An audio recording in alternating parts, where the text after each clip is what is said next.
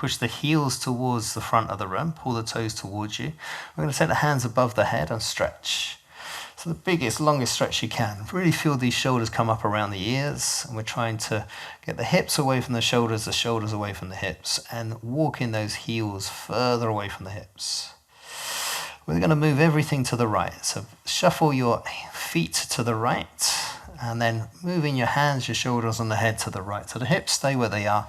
Everything else goes to the right into a banana asana. Taking the right hand to the left wrists and crossing the left foot over the right foot if you can. You don't have to do that. And then pulling with the right hand, really stretching to your left shoulder here.